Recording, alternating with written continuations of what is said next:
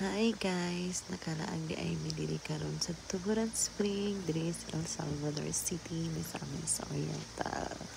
Together with my happy na excited na kay maligo.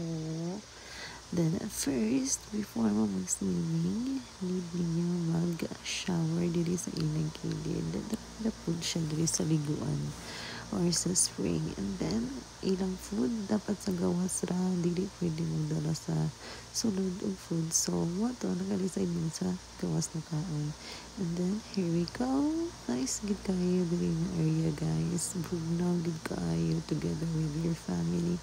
And then, paingon mi sa CR. Yung CR kay nara sa taas. Distansya kay siya. Pero nice biya po kay limpyo.